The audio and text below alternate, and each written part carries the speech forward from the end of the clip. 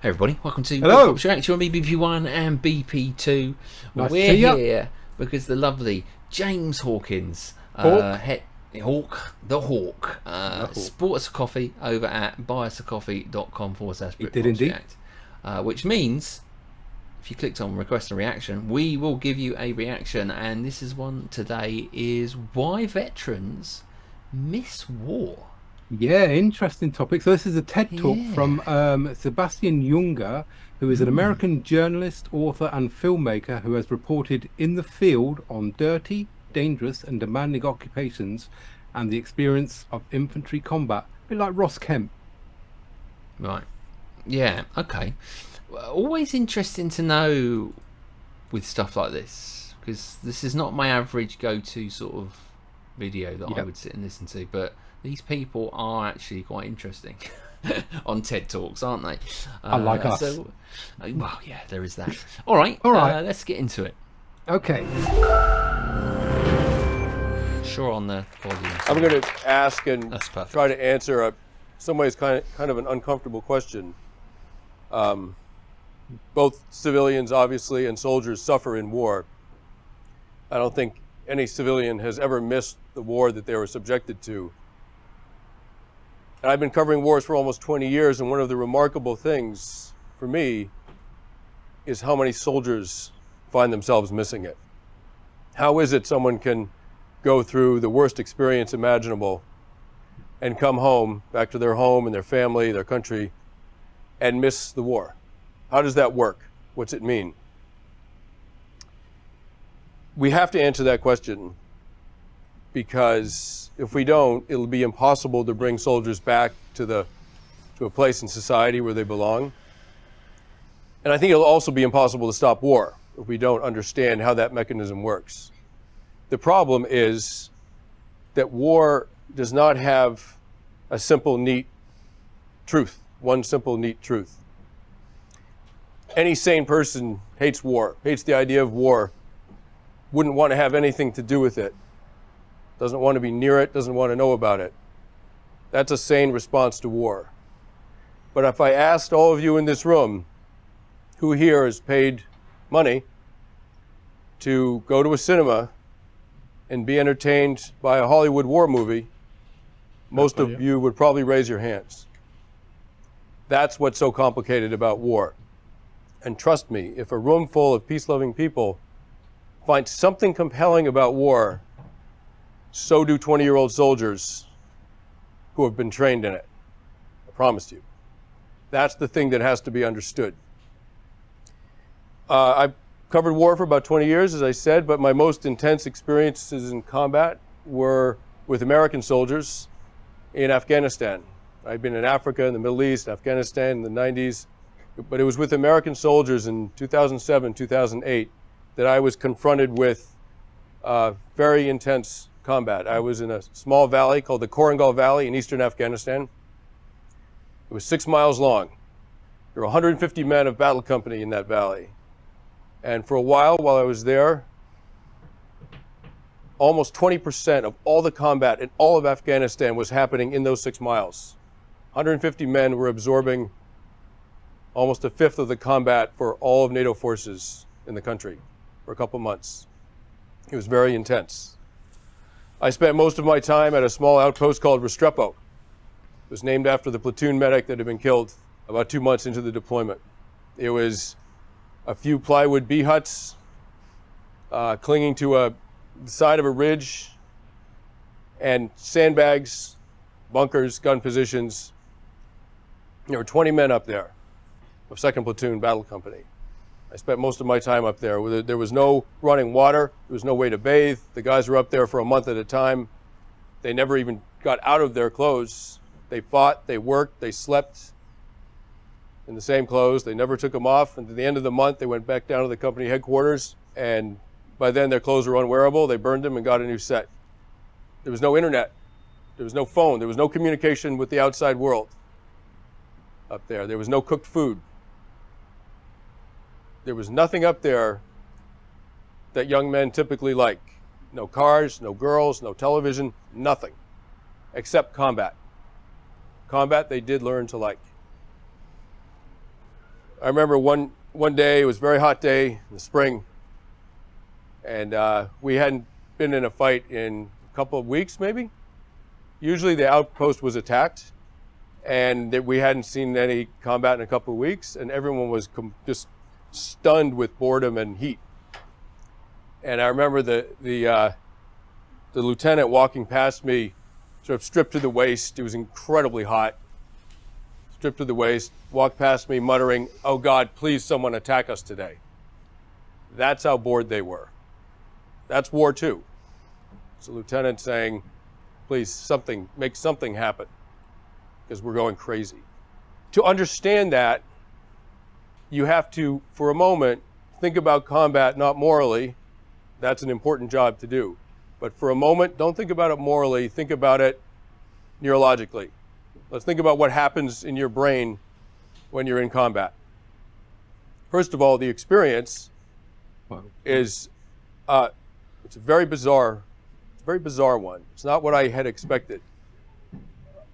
Usually you're not scared. I've been very scared in combat, but most of the time when I was out there, I wasn't scared. I was very scared beforehand and incredibly scared afterwards.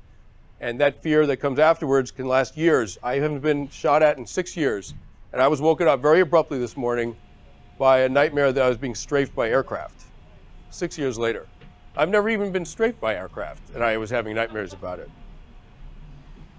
Time slows down. You get this weird tunnel vision. You notice some details very, very, very accurately, and other things drop out. It's almost a slightly altered state of mind. What's happening in your brain is you're getting an enormous amount of adrenaline pumped through your system. Young men will go to great lengths to have that experience. It's wired into us. It's hormonally supported. The mortality rate for young men in society is 6 times what it is for young women from violence and from accidents. Just the stupid stuff that young men do. Jumping off of things they shouldn't jump off of, lighting things on fire they shouldn't light on fire. I mean, you know what I'm talking about. They die at 6 times the rate that young women do. Statistically, you are safer as a teenage boy. You would be safer in the fire department or the police department in most American cities than just walking around the streets of your hometown looking for something to do. Statistically. Yeah, I guess, yeah. That's quite, yeah. You can imagine how that plays out in combat. Yeah. At Restrepo, every guy up there was almost killed, including me, including my good friend Tim Hetherington, who was later killed in Libya. There were guys walking around with bullet holes in their uniforms, rounds that had cut through the fabric and didn't touch their bodies.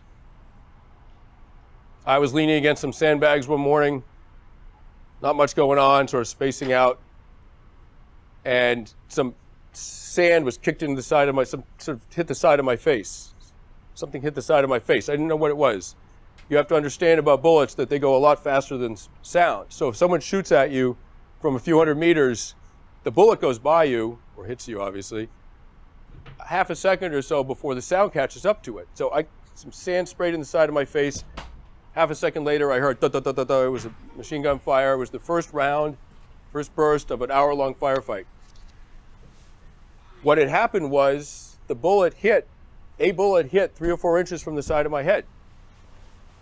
Imagine, just think about it, because I certainly did.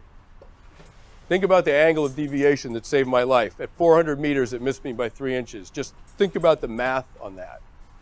Yeah. Wow, that's Every guy up there had some experience like that, at least once, if not many times. Well, yeah, let's just pause it there for a minute, because it's actually, whenever I listen to talks, it's difficult to, sometimes the attention span of me is not always great. Yep. But this is really interesting because it's something that I don't really understand or haven't done. There's just a standard, I guess, civilian, I guess you would, in the US would call. So it's really interesting to hear him talk about combat in that way, especially, never having a bullet come anywhere near, to sort of understand how that portrays here, and Oh wow, there's some really interesting stuff. I won't go over it, but just from having to wear clothes for a whole month and then burning them, it's real psychological. Because as you know, when you think people come back from war and they say, "Oh, the psychological part of war," it's not just the under fire being in under fire. It's everything else, isn't it? Yeah. Which, as I say, no hot rations, no nothing. So they're basically surviving up there. But then again, it's to say, I mean, not a lot of people join the army or armed forces to go to war. They're just they're doing it because it's a job, and it's a highly skilled job as well. And then when you're plunged into the fight, you got two options. You can go AWOL or you go out there, and then you put a brave face on it. But then when you're there, you're with your mates, and you're fighting for your mates, aren't you? You're not fighting for the powers that be that tell you to do that. You're fighting to keep your mate alive next to you so that you can get through another day. So then all of a sudden it becomes that us against them mentality. No matter what, we're in this together, and we'll get everybody through. It's a team effort. So I think that's the psychology that takes over. Look, we're in here. Let's make the best of it. Let's keep each other alive and get out of it. Kind of thing. All right. Let's keep listening. Mm-hmm. The boys are up there for a year. They got back. Some of them got out of the army and had tremendous psychological problems when they got home. Some of them stayed in the army and were more or less okay psychologically. I was particularly close to a guy named Brendan O'Byrne. I'm still very good friends with him. He came back to the States. He got out of the army. I had a dinner party one night. I invited him. And he started talking with a woman, one of my friends, and she knew how bad it had been out there. And she said, "Brendan, is there anything at all that you miss about being out in Afghanistan, about the war?" And he thought about it quite a long time. He finally said, "Ma'am, I miss almost all of it." And he's one of the most traumatized people I've seen from that war. "Ma'am, I miss almost all of it." What is he talking about? He's not a psychopath. Mm-hmm. He doesn't miss killing people. He's not crazy. He doesn't miss getting shot at, seeing his friends get killed. What is it that he misses? We have to answer that. If we're going to stop war, we have to answer that question. I think what he missed is brotherhood. He missed, in some ways, the opposite of killing. What he missed was connection to the other men he was with. Now, brotherhood's different from friendship. Friendship happens in society, obviously. The more you like someone, the more you'd be willing to do for them. Brotherhood has nothing to do with how you feel about the other person. It's a mutual agreement in a group that you will put the welfare of the group, you will put the safety of everyone in the group above your own. In effect, you're saying, I love these other people more than I love myself. Brendan was a team leader in command of 3 men. And the worst day in Afghanistan, he was almost killed so many times. Didn't bother him. The worst thing that happened to him in Afghanistan was one of his men was hit in the head with a bullet in the helmet, knocked him over. They thought he was dead. He was in the middle of a huge firefight. No one could deal with it. And a minute later, Kyle Steiner sat back up from the dead, as it were, because he'd come back to consciousness. The bullet had just knocked him out. It glanced off the helmet. He remembers people saying, as he was sort of half conscious, he remembers people saying, "Steiner's been hit in the head. Steiner's dead." And he was thinking, "I'm not dead." And he sat up. And Brendan realized after that he could not protect his men. And that was the only time he cried in Afghanistan, was realizing that. Wow. That's brotherhood. This wasn't invented recently. Many of you have probably read the Iliad. Achilles surely would have risked his life or given his life to save his friend Patroclus. In World War II, there are many stories of wounded soldiers who were wounded, who were brought to a rear base hospital who went AWOL, crawled out of windows, slipped out of doors, went AWOL, wounded, to make their way back to the front lines to rejoin their brothers out there. So you think about Brendan, you think about all of these soldiers having an experience like that, a bond like that, in a small group where they love 20 other people, in some ways more than they love themselves. You think about how good that would feel. Imagine it. And they are blessed with that experience for a year, and then they come home and they are just back in society like the rest of us are, not knowing who they can count on, not knowing who loves them, who they can love, not knowing exactly what anyone they know would do for them if it came down to it. That is terrifying. Compared to that, war psychologically in some ways is easy compared to that kind of alienation. That's why they miss it. And that's what we have to understand and in some ways fix in our society. Thank you very much. Difficult one. Yeah. I mean, exactly what he was saying. I mean, we had the sort of World War II miniseries, didn't we? Band of Brothers, and that was a similar sort of thing. You know, this band of sort of closely knit infantry personnel, sort of in World War II. And as I say, when you're in that confine and you're all looking out for each other, and then you come back to society and you're all split up and you go back to your normal daily life, you know, waking up at 9, going to check the mail, all of a sudden that life just seems like, well, what's the point of this? You know, I want to be doing something. And then, like I say, you know, the mental side effects of it as well.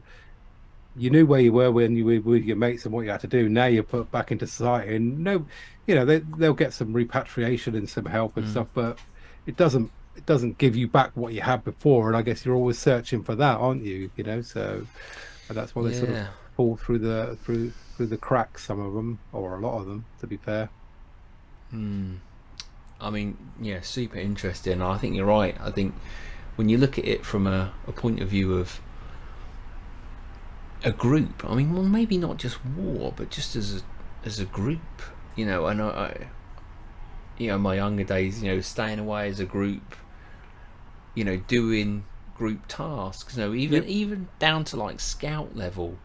Do you know what I mean? When you go away as a unit, you're with different people, you have a different mentality, you have a different group of people, and you can be in that group, almost capsulated group, for a week, 2 weeks, and then when that goes, you miss it anyway. You go, oh, that was such great times, that's great memory.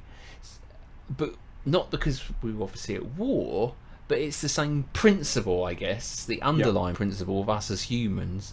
You know, we are social creatures, we like to follow, and I guess, you know, numbers in safety and all that. You know, having that capsulated group, especially in somewhere that's Afghanistan, somewhere where you've got to protect each other, you know, you've got that sort of hunter-gatherer built into you, is quite a big force to be had, isn't it, when there's a lot of you together in that situation. Exactly, and it comes down, you know, it's the same in team sports, isn't it? You know, you want to win your football, not for you want to win it for the team. So that team mentality is there. This is just upscaled because you're getting shot at and you're trying to keep everybody alive, and then that, like he says, that adrenaline overflow is also kicking off as well. You know, when you don't have that adrenaline, you know, replacement in your life, it's like when we watch these guys, you know, wingsuit diving and stuff like that, you know, for the adrenaline. And then they, you know, to get more and more adrenaline, they sort of fly closer and closer to things until they get too close, you know, always pushing the envelope. Yeah. Wow. Okay. There you go. If you're still with what us, a serious I hope subject, you are. Really serious subject, and a really interesting one as well. So again, thanks to James.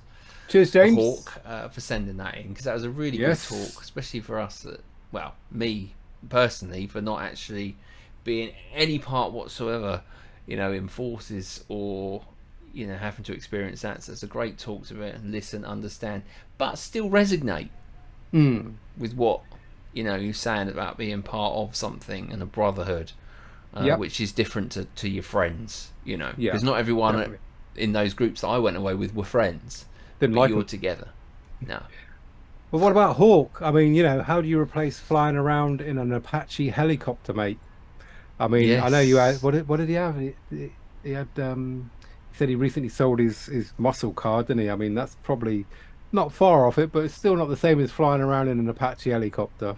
No, that is true. That is true. Hope you're doing well out there. Thanks for joining us today at Britpops React. You can also send us a coffee or buy us a coffee over at buyuscoffee.com/Britpops React, just like our mate Hawk, who did that into reaction to that, which was cool. So yeah, if you want to do that, you can always head over and do it. Or you can always Thanks pop for sticking over by today. Yeah. Go on. Thank you. Sorry. Where are we popping over?